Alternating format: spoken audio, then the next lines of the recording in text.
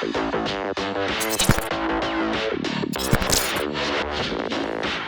guess the question a lot of people would have, and we'll get to the potential criticisms of this in a moment, but the comparison between a CBDC and cryptocurrency. And most people know of cryptocurrency through the big ones like Bitcoin. And we know that Bitcoin is a decentralized network, whereas the central bank digital currencies are very much centralized, right? So they're not cryptocurrencies, these things, are they? They're effectively digital cash. Is that the best way to think about it?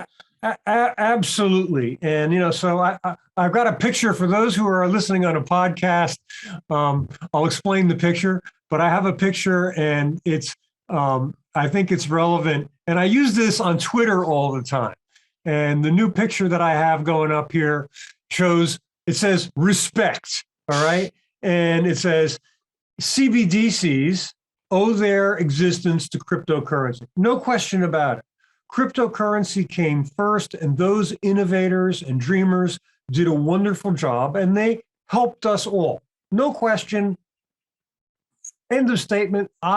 Every day I talk about CBDC, acknowledge cryptocurrency. But central bank digital currency is not a crypto. Crypto is based on the faith that you have in that currency, whether it's Bitcoin, Ether, or whatever. And central bank digital currency is really the digitization of paper money. So I get it. If you're out there and you're saying, I really hate central bank fiat currency, I get it. All right. Central bank digital currency may not be for you, but it'll be a great way to pay for coffee someday. But, so one is fiat, one is faith-based, and the two are very different. So here's an important thing. People write to me. They say, where can I buy China's digital currency? And, was it going to appreciate? Is it going to go up? And I'm like, no, it's not a cryptocurrency. It's as if you owned a handful of paper RMB. And that's the most critical thing. Which is much less attractive. Yeah, which is much less attractive. It's not sexy like having, Bitcoin and you think it's going to go up 30%. So, yep.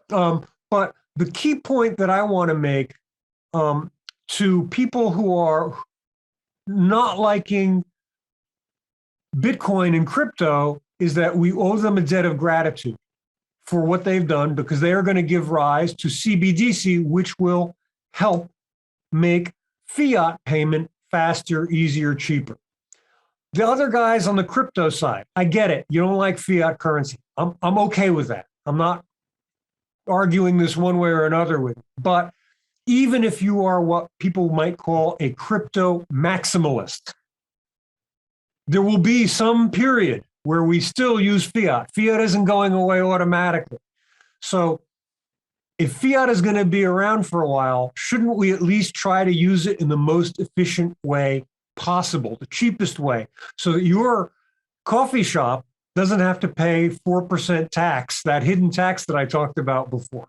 So I try to take two sides that oftentimes really don't like one another, and I try to say respect, try to be nice to one another, because oftentimes they're nice. They're not. And I know I run this picture of my book and respect. I run that on Twitter all the time when people get really nasty, because I can't really say much. So I just put a picture and just say, have respect for one another. That's all.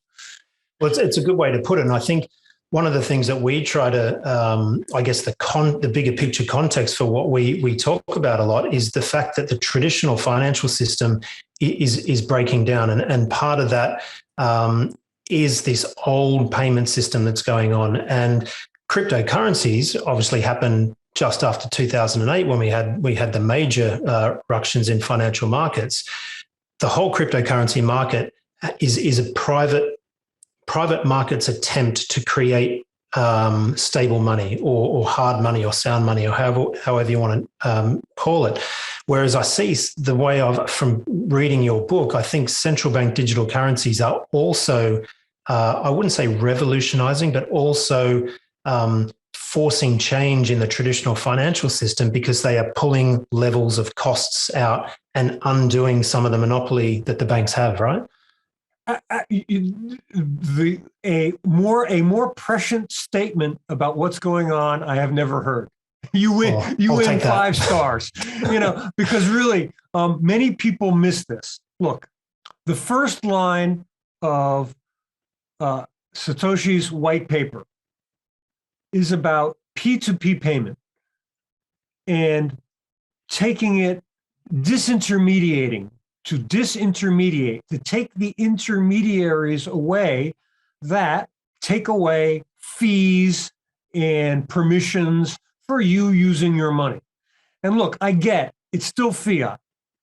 So if you're a crypto fan, I get that. But what CBDC does, it allows you to pay me directly, and you do not have to pay a credit card company. You do not have to pay your bank.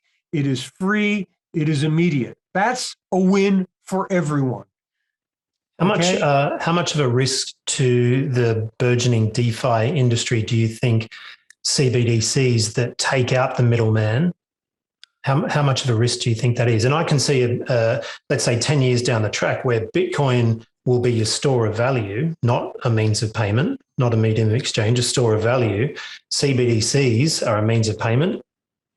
But DeFi might be. Do you think DeFi might find itself in a tricky position, given that central banks are almost bypassing the middleman in many cases?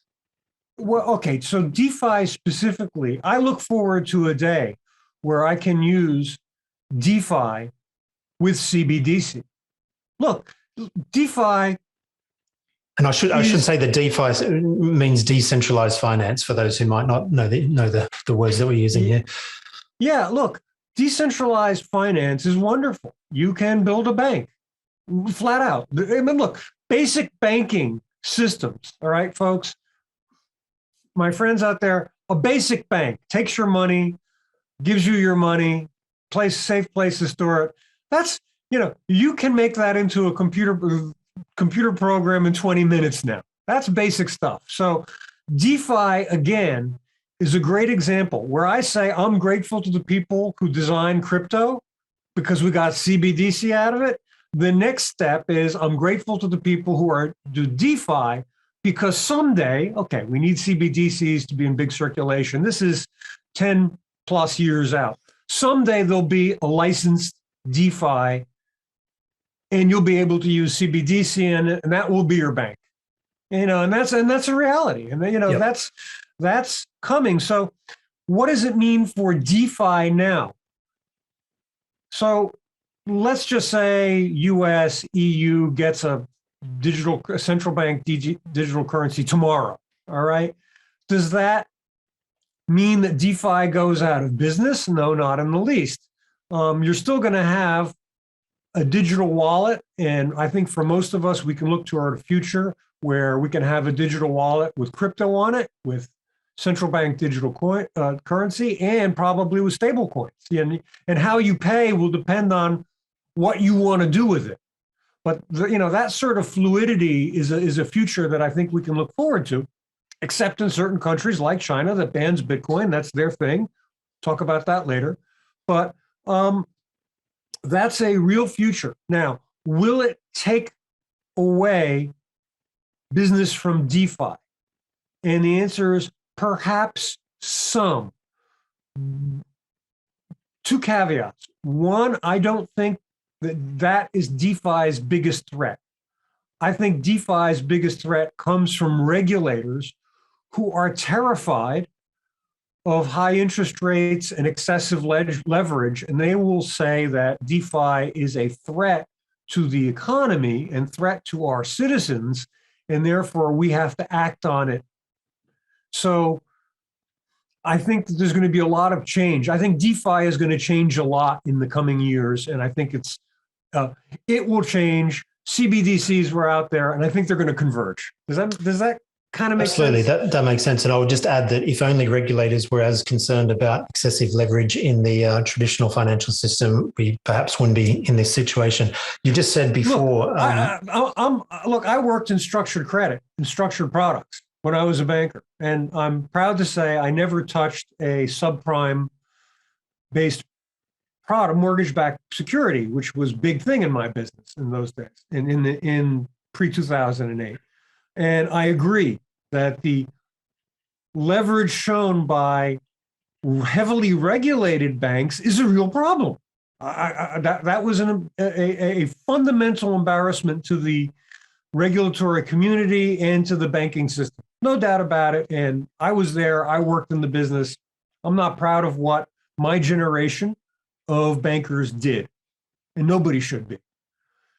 At the same time, that doesn't mean we ignore a potential repeat performance. And that's not to get too far away, but that's exactly what's going on with Tether right now.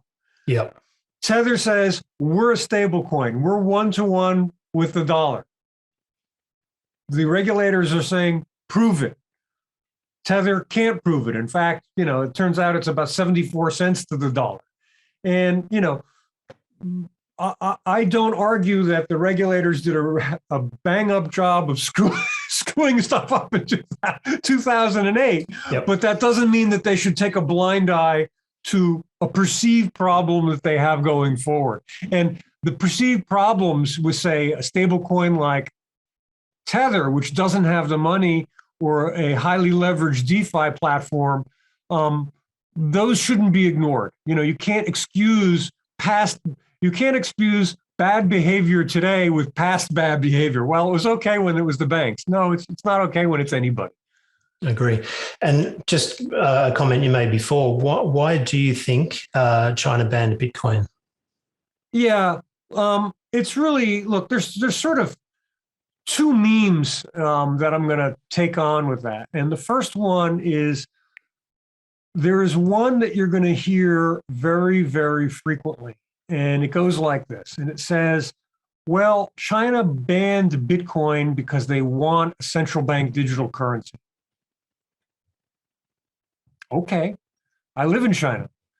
I can tell you that in Shanghai, there is no coffee shop that has a sign out that says, pay with Bitcoin. It's illegal. It has always been illegal to use Bitcoin or any other currency as a retail payment means in China. It's been like that since 1949. It's not exactly new, okay? Yep. So there is no market for retail or commercial payment in Bitcoin in China today, yesterday, pre-ban or whatever. Bitcoin has two primary uses in China, and that is investment. You buy it because you think it's going to appreciate. And the second one, which is problematic, as you can imagine, is illegal cash transfer out of the country. Now, you can tell me, well, we don't like China. We don't like currency restrictions. We think a libertarian view on currency is it's your money. You should do whatever you want with it. That's fine, but you can't really condone breaking laws of any country because you want to. That is what it is. So sure. The numbers are big, and I can actually pull up a picture of this. I forgot, where is it? Here it is. I got a picture because I don't remember the exact number, but here we go. In August of this year, the report found that 50 billion of cryptocurrency was moved out of China, hinting at capital flight against Beijing rules. Now, so it's basically a payment conduit that they wanted to close down. It's a payment conduit. Look, there are two issues that came up with Bitcoin in China. And it was really funny because in August or July, it was June or July, the second to last big Bitcoin crush, China was very clear. They said, look, we have a problem. We have excessive energy consumption in our provinces, and Bitcoin is no longer part of the plan. And most of the Bitcoin community came back and said, that couldn't be true. That's just an excuse. Meanwhile, now China's got brownouts and coal rationing. So they really were telling the truth when they said that they wanted electricity to come down. So sometimes stuff in China is much more simple than it's made out to be. So I did an analysis, and I know that my analysis is flawed. But when I added up Bitcoin energy levels and China electricity production, it came out to be a 1% use of all electricity in China, which is no joke. That's a lot of electricity. So if you're a state planner and you're looking forward and you're saying, look, we think we're running short of coal because in June or July, planners knew what was going to happen going out. They could look at the coal shipments and whatever, they weren't lying. They had electricity problems to look forward to. So that was a real issue, I think. And it was underreported. It was tossed away. And sure, people illegally transferring money out of the country. Those are two uses already. But my primary thing is this. If Bitcoin is not used, or crypto in general is not used for retail or commercial payment, how will taking it out of the system benefit the digital currency in any conceivable manner? And I say that because that headline, which there is one here on top here, it says China's crypto ban could help drive digital yuan adoption. How? Tell me. Yeah. I live here. I don't see it. And you see that. I see that every day. So if you're listening in, there's the truth. Well, it's the easy answer, isn't it? That doesn't bear any sort of scratching beneath the surface. Thank you so much. I couldn't agree more. It's the easy answer. And, it just says, wow, they got a digital currency. Oh, they want to get rid of one to replace it with the other, but they're not replacements. They're not, they're not on exactly. They're doing very different things. And this is why I wanted to chat with you, because it is very easy to just give those sound bites of what makes sense on the surface. But, you having lived in Shanghai and been a part of this digital economy for a while have got, far better insights to be able to quickly, give a deeper answer that gets to the truth. Well, I always joke, look, I've been here for 11 years, and there's sort of a joke among people who live here who are perhaps reporters or somehow, and there's three primary stories about China in the Western press. And they're really simple. The first one is China is doomed. Whatever it is, whatever disaster, it's a big one. The whole country is coming down tomorrow. The second story, there's sort of two variations. One is China can't. Oh, China can't do that. All right. And the variation of that is a theme, which is China's just wrong. They're wrong. China can't do that. And the third story, which is kind of funny, is exactly that. China's funny. And there's always some funny story about China in the news. One recently about the desire for people to buy pink convertible car or cabriolet or, cars. And, that's just funny. See, China people, they're funny. Those are the three main stories you get oftentimes, and it's hard to really penetrate and get deeper knowledge of what's going on here. I hope you enjoyed that preview from New Money Investor. To get access to the full video and much more, please click on the link below.